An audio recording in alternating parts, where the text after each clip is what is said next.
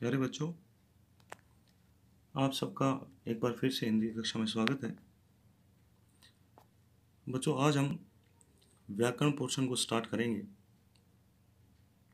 मैं आपको बता दूं कि आपको एग्ज़ाम में आपका जो सेक्शन बी होगा वो व्याकरण का होगा और ये पोर्शन 15 अंक का है। कितने का? 15 अंक का। और इस पोर्शन में आपने 4 टॉपिक, पहला रचना के आधार पर वाक्य भेद, दूसरा वाच्य, तीसरा पद परिचय और चौथा रस, इन चारों टॉपिक्स को करना है। बच्चों, आज हम रचना के आधार पर वाक्य भेद करेंगे। बच्चों, हम सबसे पहले बात करते हैं वाक्य की कि वाक्य क्या होता है। देखें बच्चों, वाक्य जो होता है वो सार्थक शब्दों का एक ऐसा समूह है जो वक्ता यानी कहने वाले के अर्थ को पूर्णतः स्पष्ट कर दे। अब यहां दो बातें आई, एक आया सार्थक शब्द और दूसरा उसके अर्थ को पूर्णतः स्पष्ट करे, यानी वो वाक्य जो है वो सार्थक हो। अब ये शब्द क्या है, और शब्दों को जानने के लिए हम करते हैं वर्णों की बात। देखें क्लास, वर्णों से मिलके बनते हैं शब्द और इन शब्दों को बोला जाता है पद, और इन पदों से मिलके बनता है वाक्य। और वाक्य, एक वाक्य तब ही वाक्य कहलाएगा जब वो सार्थक हो।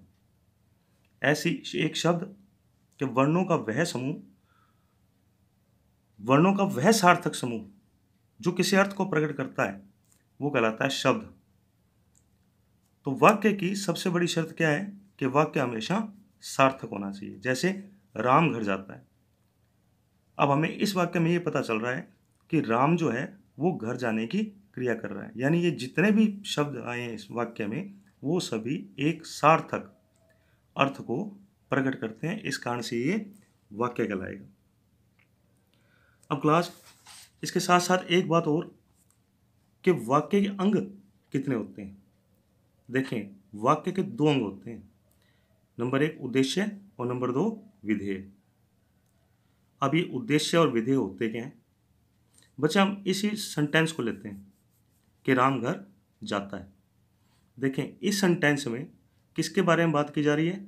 राम के बारे में। तो राम क्या हो गया? उद्देश्य।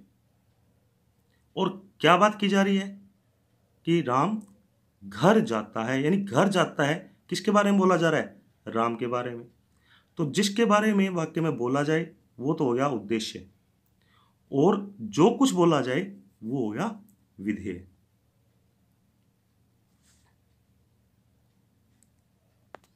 बच्चों, अब हम वाक्य भेद की बात करेंगे कि वाक्य भेद कितने होते हैं। देखें क्लास, क्रिया, रचना और अर्थ के आधार पर वाक्य के अनेक भेद और प्रभेद होते हैं।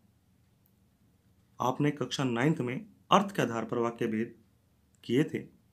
अब कक्षा 10th में आपको रचना के आधार पर वाक्य भेद करने। रचना यानी बनावट, यानी कोई वाक्य बना कैसे है, तो उस बनावट के आधार पर उस वाक्य का कौन सा भेद है वो हम क्लास 10th में करना सीखेंगे। तो आओ, अब मैं आपको रचना या बनावट के आधार पर वाक्य के भेद बताता हूँ। बच्चों, रचना के आधार पर वाक्य के 3 भेद होते हैं। नंबर 1 सरल वाक्य, नंबर 2 संयुक्त वाक्य और नंबर 3 मिश्र वाक्य। क्लास, आज हम इस सरल वाक्य को सीखेंगे कि सरल वाक्य क्या होते हैं।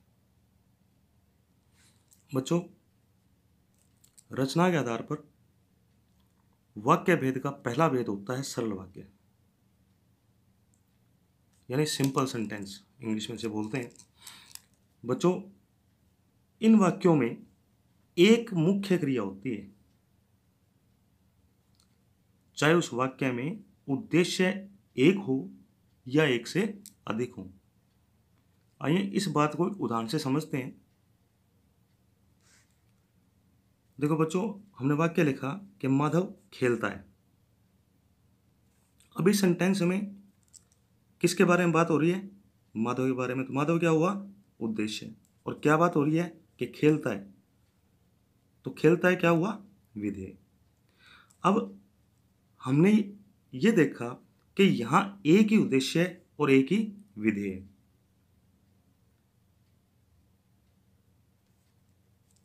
तो ये कौन सा सेंटेंस हो गया? सरल वाक्य होगा। और यहां पे उद्देश्य कितने? एक है। और विधेय कितना है? एक है। अब विधेय यानी क्रिया कितनी है? मुख्य क्रिया हुई ना, खेलता है।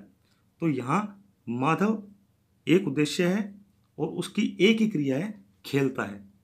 और ये मुख्य क्रिया हुई। अब बच्चों जरा इस दूसरे सेंटेंस को देखो कि चिराग, अनिरुद्ध, पुलकित और साहिल आए हैं। अब यहां किस किस के बारे में बात हुई? चिराग के बारे में बात हुई, और अनिरुद्ध के बारे में बात हुई, और पुलकित के बारे में बात हुई, और साहिल के बारे में बात हुई। यानी इस वाक्य में इन चारों लड़कों के लिए बात की गई। और ये चारों क्या हो गए? ये चारों हो गए उद्देश्य। और हमने क्या बात की? आए हैं। ये क्या हुआ? ये हुआ विधेय। तो बच्चों इस वाक्य के अंदर एक से अधिक उद्देश्य हैं, लेकिन उनकी एक ही मुख्य क्रिया है। इस कारण से ये वाक्य भी क्या कहलाएगा? सरल वाक्य। तो मैं आपको सरल वाक्यों की एक शीट भेजूंगा, जिससे आपको पता चलेगा कि सरल वाक्य क्या होते हैं। आज के लिए इतना बहुत है। कल हम संयुक्त वाक्य पढ़ेंगे। तो आप एक बार सरल वाक्यों करके देखें, उनके बारे में समझें। कोई भी आपको डाउट हो तो वो मुझे आप कॉल करें। कल मिलते हैं। कल हम संयुक्त वाक्य करेंगे।